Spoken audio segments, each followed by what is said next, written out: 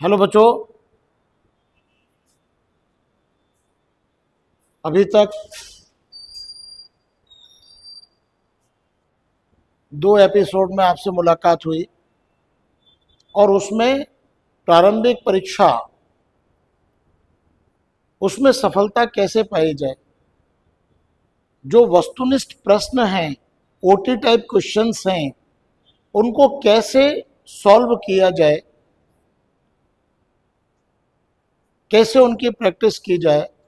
इस सभी संदर्भों में मैं लगातार बच्चों आपको मार्गदर्शन देता रहा हूं और उसी क्रम में आज भी मैं आपके समक्ष इंडियन पॉलिटी, भारतीय राज व्यवस्था के 10 प्रश्न लेकर के आया।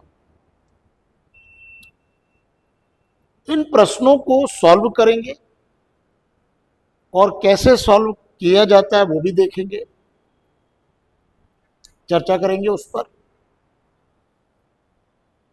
और मैं समझता हूं कि पिछले दो जो एपिसोड थे उनमें आपने जब इन क्वेश्चंस को मेरे साथ सॉल्व किया होगा तो मैं समझता हूं आपको बहुत अच्छा लगा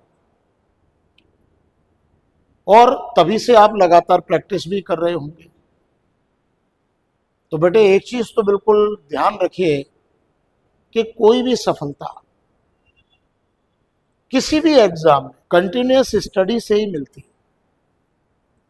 लगातार अध्ययन आपको करना होगा, पर डे पढ़ना होगा, पर डे प्रैक्टिस करना होगी, सारी चीजें फैक्ट याद भी करना होगी, क्योंकि आप अच्छे से जानते हैं कि लर्न करेगा तो अर्न करेगा, इसलिए लर्न करना भी जरूरी है। लर्न नहीं होगा तो जब ओटी आएगा एग्जाम हॉल में तो फिर उसके जो विकल्प हैं उनमें कंफ्यूजन क्रिएट होगा, बी है कि सी है। तो जनरली चीजें अच्छे से, कॉन्सेप्चुअल भी बढ़िया होना चाहिए, कॉन्सेप्ट क्लियर होना चाहिए और साथ साथ सारे फैक्ट बिल्कुल याद भी होना चाहिए। इसलिए ओटी सॉल्व करने का यही तरीका है, पहले थ्योरी अच्छी क्लियर करो, फैक्ट सारे अच्छे से याद करो और बस फिर प्रैक्टिस करो। कभी कोई एग्जाम नहीं रुकेगा आपका। जिस एग्जाम को आप देंगे, यूपीएससी प्री हो, एमपीपीएससी प्री हो, कोई भी हो, एग्जाम कभी नहीं रुक। तो जनरली आज फिर मैं पॉलिटी में आपसे चर्चा कर रहा हूं, फिर मैं बाकी के टॉपिक पर भी आपसे चर्चा करूंगा। तो उसी क्रम में आज आप देख रहे हैं कि यहां पर जो पहले ही प्रश्न है, फर्स्ट क्वेश्चन है, तो आप देखिए, राज्य पुनर्गठन आयोग एसआरसी के संदर्भ में निम्नलिखित कथनों पर विचार करें with reference to the state reorganisation commission SRC consider the following. इसमें देखिए पहले ही है। अब जैसे अगर राज्य पुनर्गठन आयोग की बात आती है तो आपका पूरा ध्यान चला जाना चाहिए सामान्यतः कब, 1953, 1953, एकदम से ध्यान वहीं जाना चाहिए, क्योंकि आप जानते हैं कि भारत में जब राज्यों का एकीकरण हुआ तो सर्वप्रथम ए, बी, सी और डी राज्य बनाए गए, ए स्टेट, बी स्टेट, सी स्टेट और डी स्टेट। लेकिन तमिलनाडु में आंध्र प्रदेश की मांग को लेकर के आंदोलन बहुत तेज चल रहा था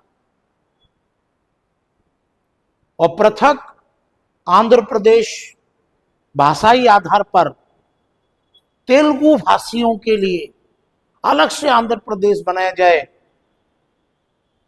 इसकी मांग ब्रिटिश पीरियड में उठी और मांग लगातार चल रही थी। 1912 में सर्वप्रथम ये मांग आई। 1913 में आंध्र महासभा का गठन भी हो गया कि भाई हमको भाषाई आधार पर अलग से राज्य चाहिए। और फिर आपको पता है कि आगे चल करके जब संविधान सभा के चुनाव हुए उस समय नेहरू जी ने कमिटमेंट किया इनसे कि आप हमको वोट दीजिए, सपोर्ट कीजिए, हम आपके लिए अलग से आंध्र प्रदेश राज्य स्थापित करेंगे तेलुगु भाषियों के। लेकिन आगे चल करके क्या हुआ, आगे चल करके जब इसका जो है इसको जब क्रियान्वित करने की बात आई तो समस्या बहुत आ गई, क्योंकि हम भाषाई आधार पर राज्य कैसे बनाएं।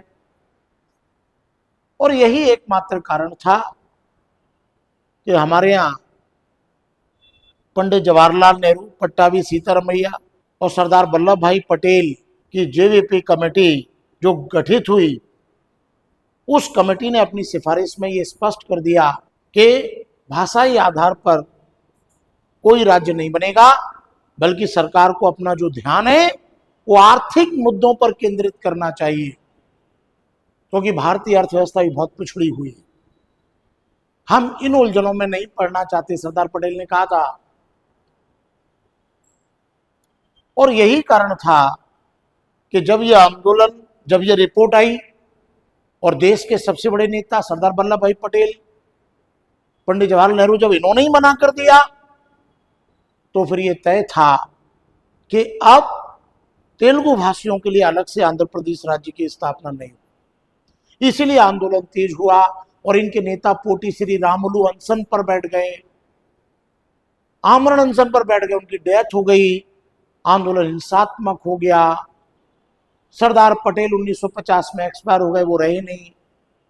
और यही कारण था कि फिर पंडित जवाहरलाल नेहरू ने जब इस क्षेत्र का दौरा किया, स्थिति को गंभीरता को देखते हुए उन्होंने आनंद फनन में घोषणा कर दी कि आंध्र प्रदेश को भाषाई आधार पर राज्य बनाया जाता है। और 1 अक्टूबर 1953 को भारत का पहला राज्य आंध्र प्रदेश भाषाई आधार पर पहला राज्य गठित हो गया और ऐसा पहला राज्य बन गया। लेकिन अब बाकी के लोगों की मांग को दबाया नहीं जा सकता। और यही कारण था कि फिर सामान्यतः दिसंबर 1953 को क्या किया गया, दिसंबर 1953 को राज्य पुनर्गठन आयोग, reorganisation commission, SRC states reorganisation commission की स्थापना की गई। और इसकी जो स्थापना की गई उसमें 3 सदस्य रखे गए, जिनमें से जस्टिस फजल अली, के.एम. पणिक्कर और हृदयनाथ कुंजरू, ये 3 सदस्यीय एसआरसी बना।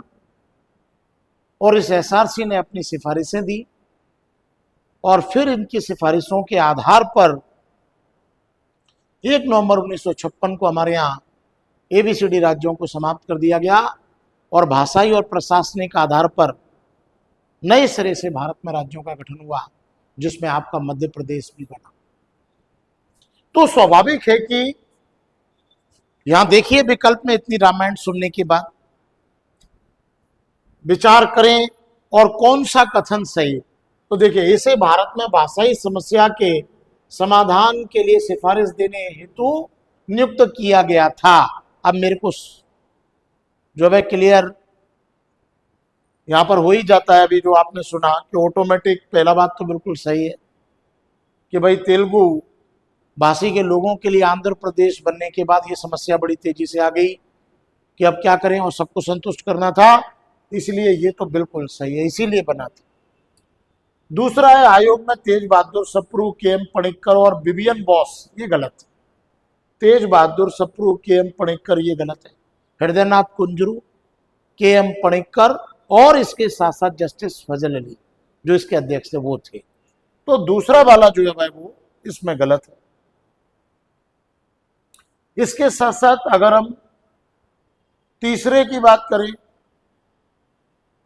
कि आयोग ने भारत की प्रशासनिक इकाइयों को पुनर्गठित कर भाषाई आधार पर 24 राज्य और 8 केंद्र शासित प्रदेश बनाने की मांग की, ये भी सामान्यतः सही नहीं है।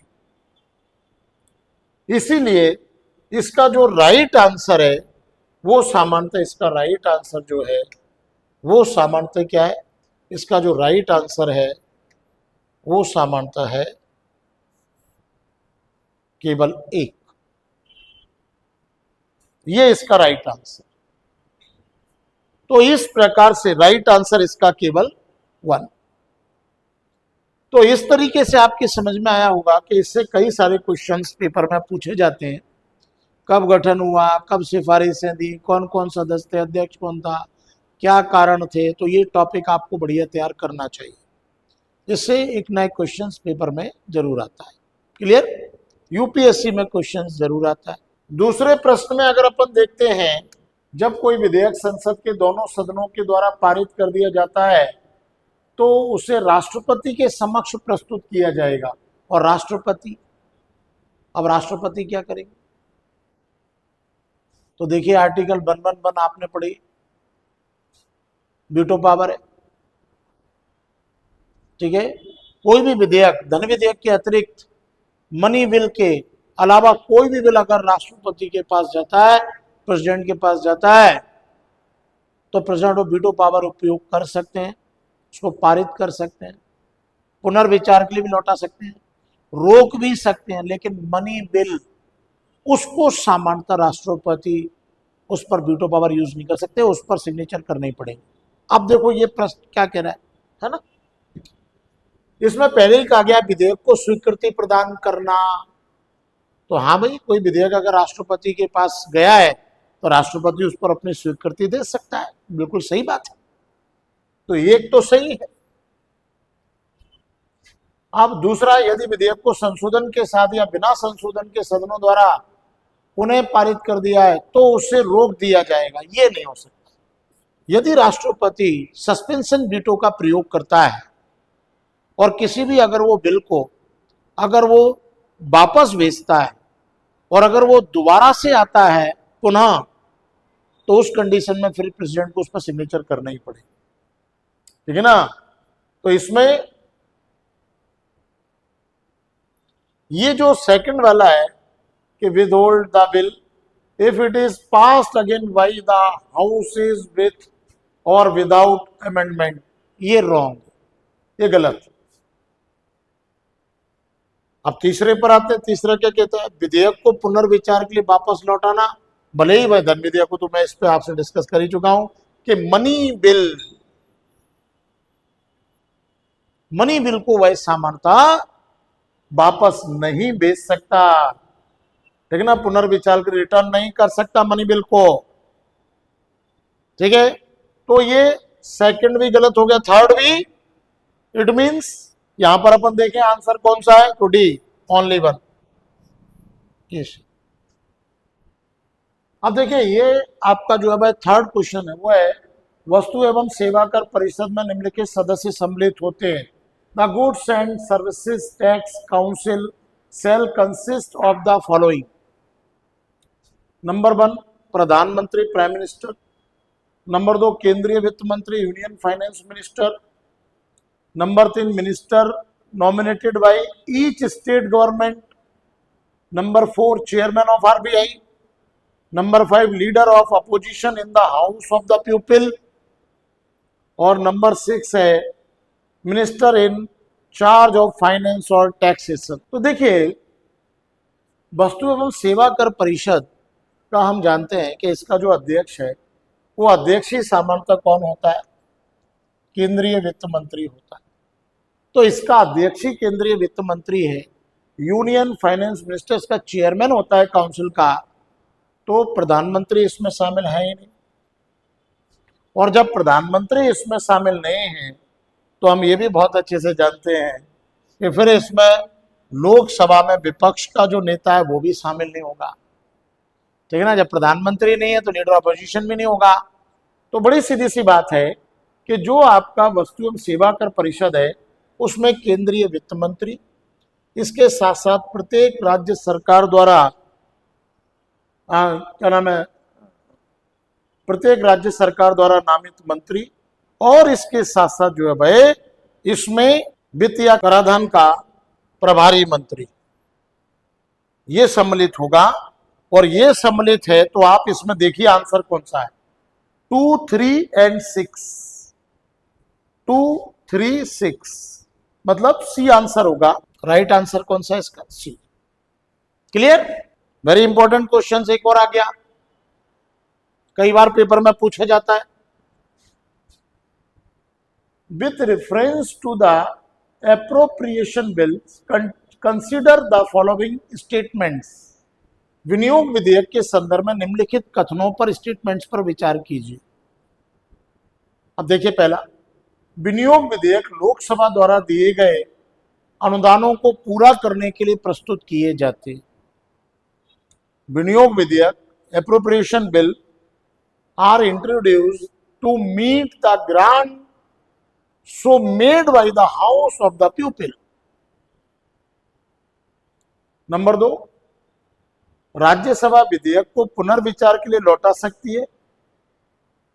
The Rajya Sabha can return the bill for reconsideration. Number 3, ऐसे किसी विधेयक पर संसद के किसी भी सदन में संशोधन प्रस्तावित किया जा सकता है.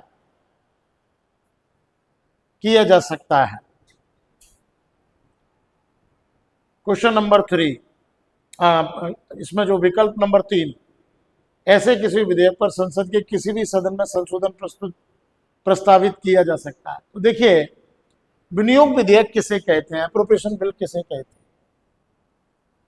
सबसे इंपॉर्टेंट चीज है कि जब हमारे यहाँ बजट प्रस्तुत होता है तो बजट में सारी डिमांड्स होती हैं, वन बाई वन करके वो डिमांड सारी रखी जाती है. बहुत सारी डिमांड्स ऐसी होती है जिन पर प्रॉपर चर्चा डिस्कशन नहीं हो पाता है लोकसभा में. तो स्वाभाविक है कि जब लास्ट डे होता है उस दिन सारी मांगों को एक साथ, जो पास है और जो पास नहीं, उन सबको लेकर के एक साथ एक बिल के रूप में इनको प्रस्तुत किया जाता है. उसी को हम कहते हैं विनियोग विधेयक. अर्थात ऐसा विधेयक जो कि हमारी संचित निधि में से धन का विनियोग करने के लिए, निकालने के लिए लाया गया. ठीक है. तो ये जो सामान्यतः विनियोग विधेयक है, स्वाभाविक है कि उसके लिए इसमें स्पष्ट रूप से कहा गया है कि विनियोग विधेयक लोकसभा द्वारा पारित किए अनुदानों को पूरा करने के लिए प्रस्तुत किया जाता है. ये बात बिल्कुल सही, ये बात बिल्कुल सही. दूसरा, राज्यसभा विधेयक को पुनर्विचार के लिए लौटा सकती है. ये बात भी सही, पुनर्विचार के लिए लौटा सकती है. लेकिन तीसरी में कहा गया ऐसे किसी भी विधेयक पर संसद के किसी भी सदन में संशोधन प्रस्तावित किया जा सकता है, ये नहीं किया जा सकता. इस पर वही सारी मांगे हैं मैक्सिमम जो इसमें पारित ऑलरेडी सदन से हो चुके हैं. इसलिए तीसरा वाला इसमें गलत है, ये गलत है. इसलिए इसका जो राइट आंसर है वो सामान्यतः कौन सा है, बी. इसका राइट आंसर है बी. क्लियर. चलिए अब देखिए अगले क्वेश्चंस पर अगर अपन चर्चा करते हैं तो एक और क्वेश्चन आ गया यहाँ. आर्टिकल 239AA के संदर्भ में निम्नलिखित कथनों पर विचार करें. देखिए, with reference to the article 239AA consider the following statements. Number 1, इसने एस बालकृष्ण समिति की सिफारिशों के बाद दिल्ली को विशेष राज्य का दर्जा प्रदान किया. ठीक है ना. विशेष मतलब दर्जा मतलब केंद्र शासित प्रदेश. ठीक है ना. तो इसने एस बालकृष्ण समिति की सिफारिशों के बाद दिल्ली को विशेष दर्जा प्रदान किया. नंबर 2, इसे 69वें संशोधन अधिनियम 1991 द्वारा संविधान में सम्मिलित किया गया. 69वें संविधान संशोधन 1991 द्वारा इसको संविधान में सम्मिलित किया गया. अब देखिए, इसमें पहला वाला तो बिल्कुल सही, क्योंकि 1987 में एस बालकृष्ण समिति की सिफारिशों के बाद ही दिल्ली को विशेष दर्जा दिया गया था इन सिफारिशों के आधार पर. तो पहला वाला तो बिल्कुल सही, और दूसरा वाला भी बिल्कुल सही है. 69वें संविधान संशोधन 1991 द्वारा इसको संविधान में सम्मिलित किया गया. तो मेरे हिसाब से इसका जो आंसर है वो आंसर सामान्यतः क्या होना चाहिए, इसका आंसर सी होना चाहिए. तो इसका राइट आंसर है सी. अब देखिए, ये अगला प्रश्न आ गया, वेरी इंपॉर्टेंट प्रश्न है. इसमें कहा गया कि राज्यसभा के उपसभापति के रूप में पद धारण करने वाला सदस्य, a member holding office as deputy chairman of the council of states. तो राज्यसभा के उपसभापति के रूप में, देखिए आप लोग अच्छे से जानते हैं कि राज्यसभा का सभापति कौन होता है. राज्यसभा का सभापति जनरली उपराष्ट्रपति होते हैं, वाइस प्रेसिडेंट. ठीक है ना. जो वाइस प्रेसिडेंट हैं वही सामान्यतः एक्स ऑफिशियो चेयरमैन होते हैं, वही पदेन सभापति होते हैं, ठीक है ना, राज्यसभा। अब यहाँ डिप्टी चेयरमैन की बात करें, डिप्टी चेयरमैन मतलब उपसभापति। उपसभापति का चयन कहां से होता है? उपसभापति का चयन होता है राज्यसभा के सदस्यों के बीच में से, है ना, जैसे आपके लोकसभा में स्पीकर का होता है और डिप्टी स्पीकर का होता है। तो अब इसके बाद आप देखिए, तो जनरली यदि वह परिषद का सदस्य नहीं रह जाता है तो वह अपना पद रिक्त नहीं करेगा। पहली वाली देखिए बात है ना, इसमें वो क्या करें, सही उत्तर चुनना है भाई। दूसरा है, किसी भी समय भारत के राष्ट्रपति को संबोधित अपने हस्ताक्षर सहित लेख द्वारा अपने पद से त्याग दे सकता है। तीसरा है, परिषद के सभी तत्कालीन सदस्यों के बहुमत से पारित प्रस्ताव द्वारा उसे उसके पद से हटाया जा सकता है। तो देखिए, इसमें पहली जो बात की है, यदि वह परिषद का सदस्य नहीं है, काउंसिल का अगर वो सदस्य नहीं है, तो वह अपना पद रिक्त नहीं करेगा। ये तो गलत है, क्योंकि अगर वो राज्यसभा का सदस्य है तो ही वह राज्यसभा के उपसभापति के रूप में चुना जा सकता है, ठीक है। अगर वो परिषद का सदस्य नहीं रहेगा तो उसको उपसभापति के पद के रूप में भी जो है वह स्वीकृति नहीं मिलेगी, है ना। अगर है तो रिक्त करना पड़ेगा। तो पहली वाली जो बात है वो तो गलत है, तो देखिए आप पहले ही गलत हो गया, ठीक है ना। अब दूसरे पर चलते हैं कि दूसरे की स्थिति क्या है। किसी भी समय भारत के राष्ट्रपति को संबोधित अपने हस्ताक्षर सहित लेख द्वारा अपने पद से त्याग दे सकता है। तो देखिए, किसी भी समय भारत के राष्ट्रपति संबोधित अपने हस्ताक्षर सहित लेख द्वारा अपने पद से त्याग पत्र दे सकता है। तो बेसिकली कोई भी सामान्यतः जो सदन का सदस्य वो अपना त्याग पत्र सदन के अध्यक्ष को देता है। तो अगर वो सभापति होगा तो अपना जो त्याग पत्र है वह किसको देगा? वह सभापति को देगा, राष्ट्रपति को तो देगा ही। तो दूसरा वाला भी सही नहीं, लेकिन परिषद के सभी तत्कालीन सदस्यों के बहुमत से प्रस्ताव पारित को हटाया सकता है, ये वाली बात बिल्कुल सही है। इसलिए इसका जो आंसर है वह सी, ओनली 3, ये आंसर बिल्कुल सही। क्लियर?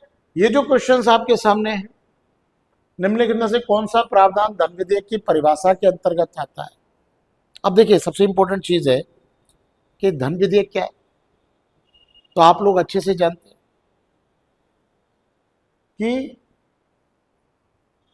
लोकसभा का अध्यक्ष स्पीकर वह प्रमाणित करता है कि कौन सा विधेयक धन विधेयक है या नहीं, भारतीय संविधान के आर्टिकल 110 के माध्यम से, ठीक है। तो संचित निधि में से धन को डालना हो या संचित निधि में से धन को निकालना हो, कर को लगाना हो, कर को हटाना हो, कर को परिवर्तित करना हो, उससे संबंधित अगर कोई भी वित्त विधेयक है तो स्पीकर उसको धन विधेयक के रूप में प्रमाणित करेगा, ठीक है। अब देखते हैं अपन निम्नलिखित में से कौन सा प्रावधान धन विधेयक की परिभाषा के अंतर्गत आता है। देखिए, नंबर 1, किसी भी कर का अधिरोपण, उन्मूलन, छूट, परिवर्तन या विनियमन।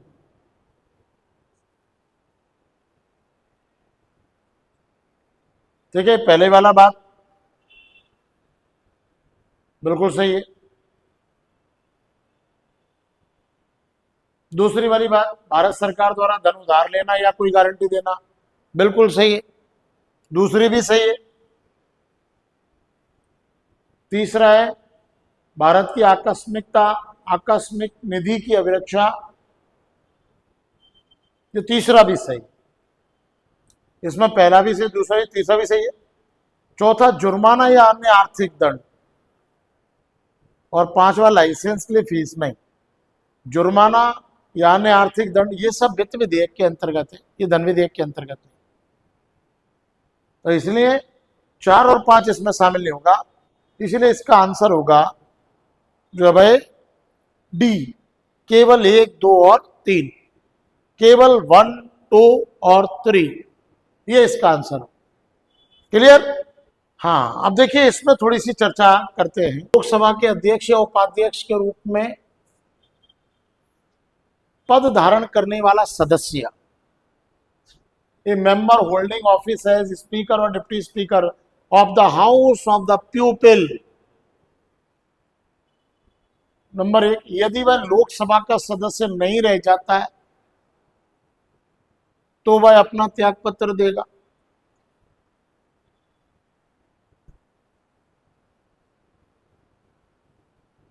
यदि वह लोकसभा का सदस्य नहीं रह जाता है तो वह अपना त्याग पत्र देगा। तो देखिए, पहले एक चीज समझ लीजिए कि लोकसभा का जो अध्यक्ष और उपाध्यक्ष है वो सदस्यों के बीच में से ही चुना जाता है। अब अगर कोई व्यक्ति लोकसभा का सदस्य नहीं है तो वो लोकसभा का अध्यक्ष और उपाध्यक्ष तो बन नहीं सकता। ठीक है, अब आ जाओ। तो लोकसभा के अध्यक्ष और उपाध्यक्ष के रूप में पद धारण करने वाला सदस्य, नंबर, यदि वह लोकसभा का सदस्य नहीं रह जाता है तो वह अपना पद त्याग देगा। बिल्कुल सही बात है, उसे अपना पद त्यागना ही पड़ेगा। अगर वह लोकसभा का सदस्य नहीं है तो वह स्पीकर या डिप्टी स्पीकर नहीं रह सकता। तो एक बिल्कुल सही है। दूसरा, सदन के नेता को संबोधित अपने हस्ताक्षर सहित पत्र द्वारा पद से त्याग पत्र देना। सदन के नेता को संबोधित, तो सदन के नेता को संबोधित ये गलत है, क्योंकि सदन का जो नेता है वो तो प्रधानमंत्री है। जनरली स्पीकर अपना त्यागपत्र, रेजिग्नेशन लेटर डिप्टी स्पीकर को देता है, डिप्टी स्पीकर स्पीकर को। तो दूसरी वाली जो बात है वो बिल्कुल गलत है। तीसरी बात यह है कि लोकसभा के तत्कालीन सभी सदस्यों के बहुमत से प्रस्ताव द्वारा उसे पद से हटाया सकता है। तो एक सही है और एक के साथ साथ 3 सही है। इट मीन्स आंसर ए सही है। आंसर कौन सा सही है? ए। ये आंसर इसमें बिल्कुल सही, करेक्ट। अब देख लीजिए, इसमें भारत में निम्नलिखित सदस्यों के चुनाव के लिए फर्स्ट पास्ट द पोस्ट मतदान पद्धति का उपयोग किया जाता है। तो इसमें तो कोई बिल्कुल सिंपल ही प्रश्न है। आप लोग सभी जानते हैं कि ये तो केवल लोकसभा और विधानसभा है, राज्यसभा विधान परिषद हो ही नहीं सकती है।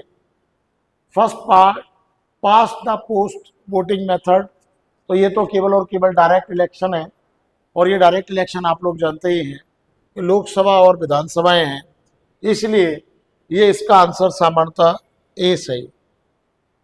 पहला और दूसरा बिल्कुल सही। अब इसमें स्वतंत्र भारत का पहला विधि आयोग कब स्थापित किया गया? तो देखिए, स्वतंत्र भारत के अगर विधि आयोग की बात की जाती है तो स्वतंत्र भारत का जो पहला विधि आयोग है, पहले विधि आयोग क्या होता है?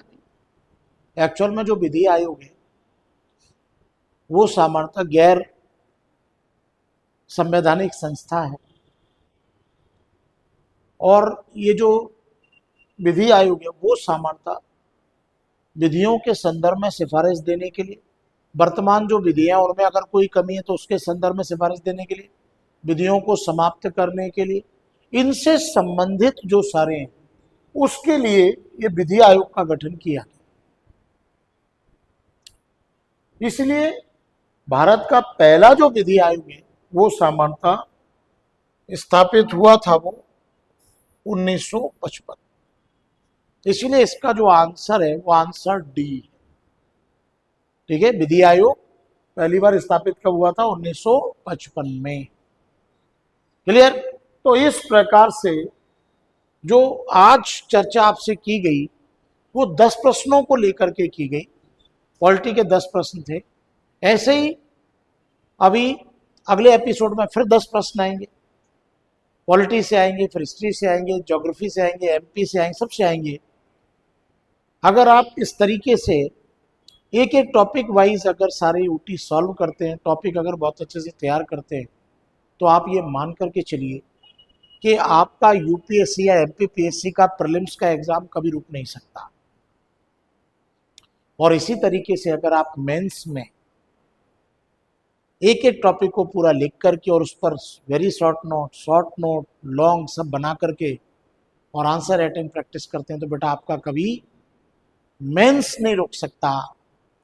और अगर प्री मेंस दोनों निकल जाते हैं तो आपको चिंता की कोई बात होती नहीं है, क्योंकि फिर तो आनंद जादू है। तो प्री मेंस और इंटरव्यू 2 या 4 मॉक में पूरा बढ़िया हो जाता है और रिजल्ट बहुत अच्छे रहते हैं। तो बेटे प्रीलिम्स, मेंस और इंटरव्यू सभी के लिए अगर आपको तैयारी और अच्छी करना है तो आप ऑफलाइन क्लास में आइए और मेरे से पढ़िए और एक्सपर्ट टीचर से पढ़िए। और अगर कहीं कोई दिक्कत है तो मोबाइल से कांटेक्ट कर लीजिए, अपनी प्रॉब्लम शेयर कर लीजिए। कुल मिला के ये है कि किसी भी कीमत पर सफल हुई, क्योंकि सफलता एक नशा होना चाहिए। Thank you.